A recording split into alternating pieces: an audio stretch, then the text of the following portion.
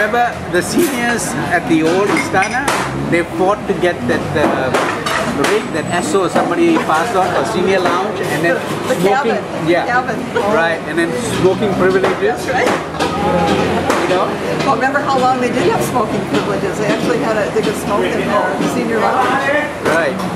And then when we moved to Ampang campus, there was a designated area for them. There was, they had their own thing. Right. And then after that, now it's totally banned. Even for teachers, right? Yeah, everybody. They have to come outside of campus. No smoking on campus. But then that's how the world is gone too. Okay, so if you're an old school person and you were a smoker at the old palace, raise your hand. None of us smoke. If I hear from kids who left ISKL, what they want is roti. Next, satay. And then pink tablecloth and fried rice. They always talk about that. So Malaysia never changes. Nope. But the prices do. Oh, prices do, yes. Because we have the Twin Tower now, right? Yeah, the Twin Tower. So how much does the roti canai cost now? It's $1.20 now. Double the price. A ringgit 20. Yeah, ringgit 20. Yes. So Ishar, in the day, how much was a piece of roti canai? Used to be 30 cents, 60, right? 30 cents. Wow, wow. Yeah. Which would be 10 US cents. But you know, whatever it is, free gravy. Isn't it wonderful? Free gravy. It comes with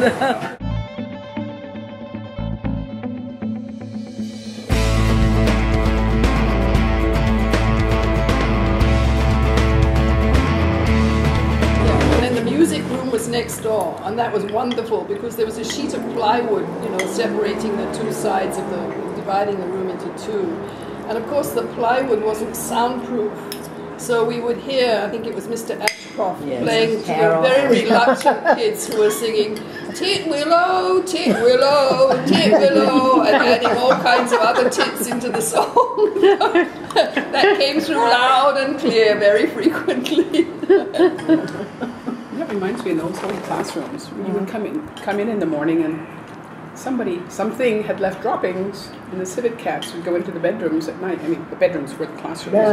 They would leave little treasures. Yeah. And the kids would go, And then you have also bosangs, they come and, you know, pee and go, and then the classroom will be smelling of, you know, stinky smell.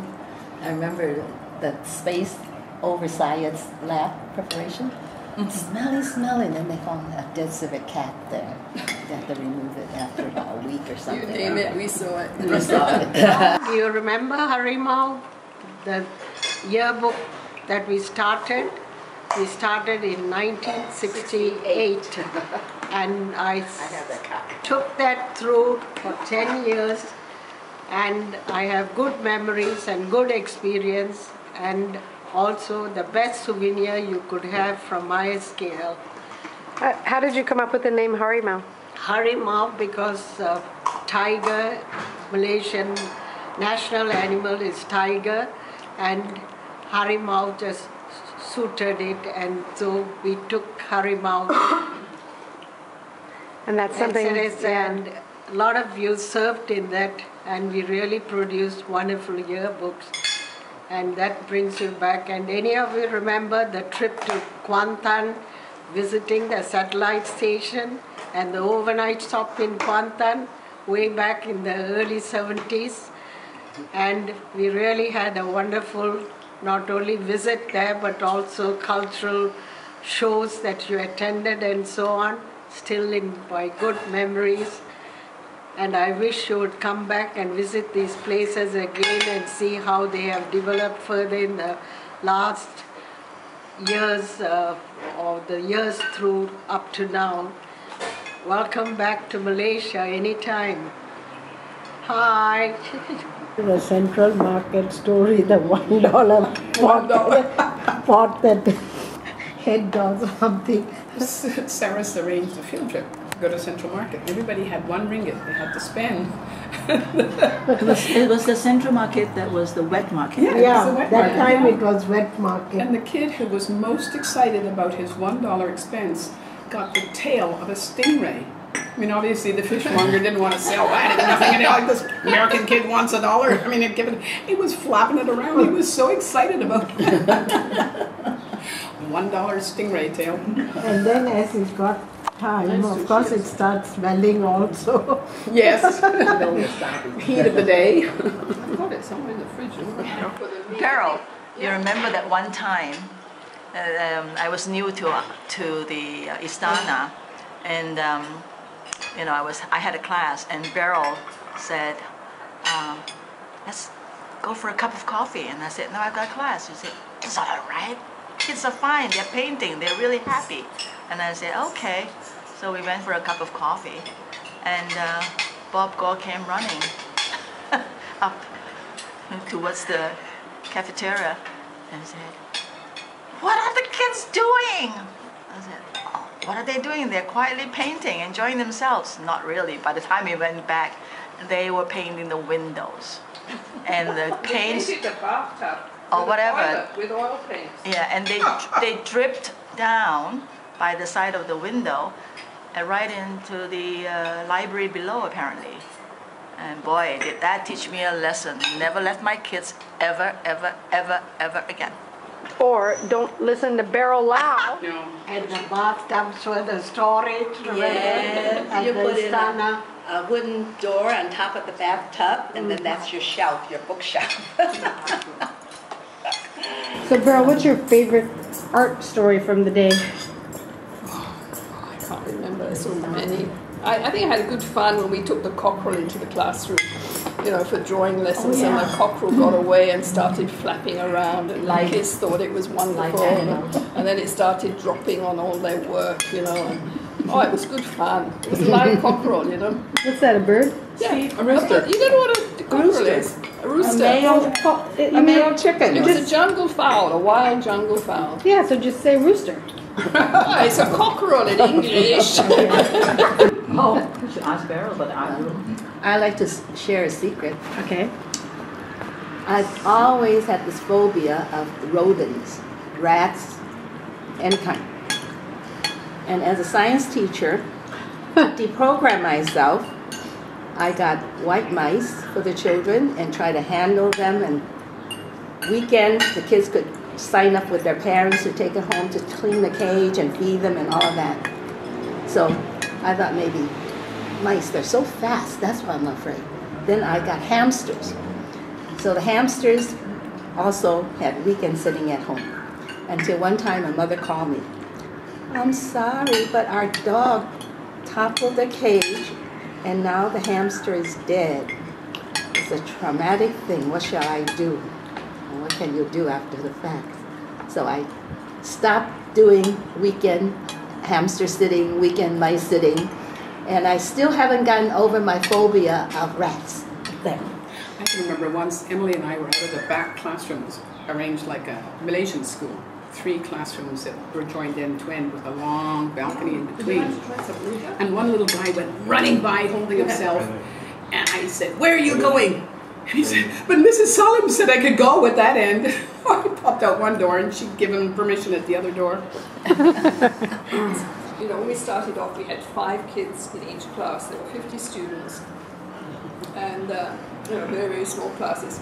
And then we went up to 10, and then the teachers started protesting, you know, this is getting out of hand, it's too big. So when it crossed over 10, there was a sort of like a mass riot on whoever was principal at that time. I think it must have been Bob Fenley. It must have been Fenley. But, you know, people said, we can't handle this, it's just far too much. How can you have more than 10 kids in the class?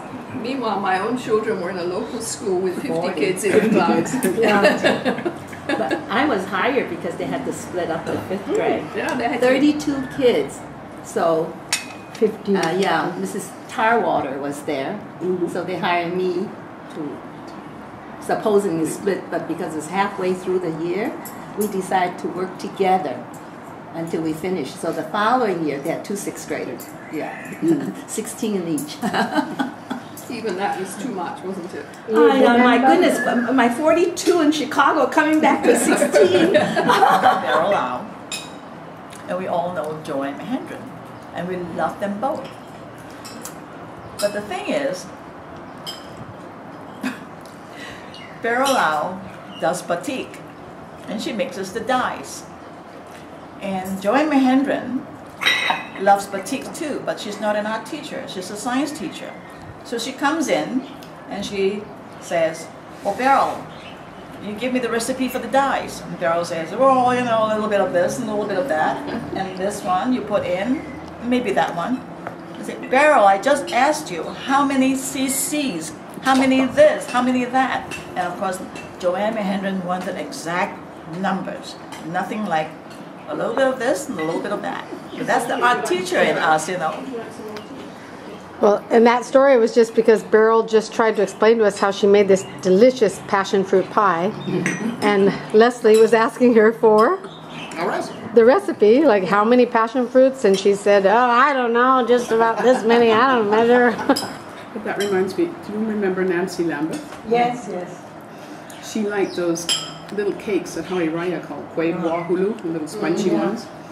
And Muri's mother sent some to us and we gave some to her. And so she asked Muri's mother to write down the recipe. So Muri's mother was literate enough to write in Malay, so she wrote out the recipe. You use, you know, a teacup of flour and a teacup of santan, and then you get the goreng nyor. I mean, you take the nyor from the klapa and you burn it, and then you put the achuan, and nothing an American could ever follow. She said, what's nyor? What's an achuan? She never got her. We put the platform, carried the platforms for speakers and things, put together, made the stage like, and then pushed all the chairs, had the families come, and they put on the first play at ISKL. Do you remember what the play was? First play. What play was it? I forget now. Yeah, put this away.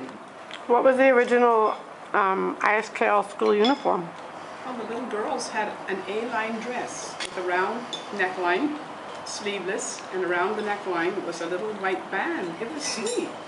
It was very attractive and very, it was like a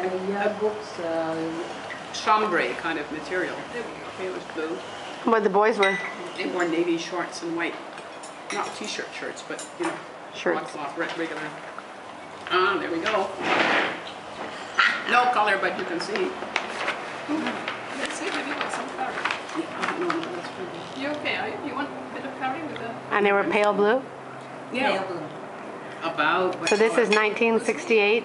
Yes. Elsa, you crack us up. So prepared.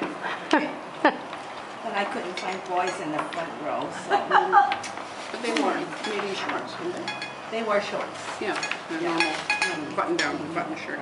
Well, when I started, there was no uniform, there was no nothing. No, there was no uniform. I love school uniform. No rules. Lovely. How many were primary students the year that one of Jean Dohany's children upchucked in class, and the upper floor was 4 bedrooms with an open area in the center.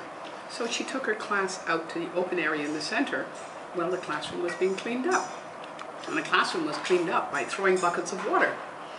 And first thing you knew, the headmaster came up and said, what the beep beep is going on? And his shirt was wet. It dripped down into his office. Was that Chandler? That was Bob Gaw. He was beside himself. Button down, button shirt.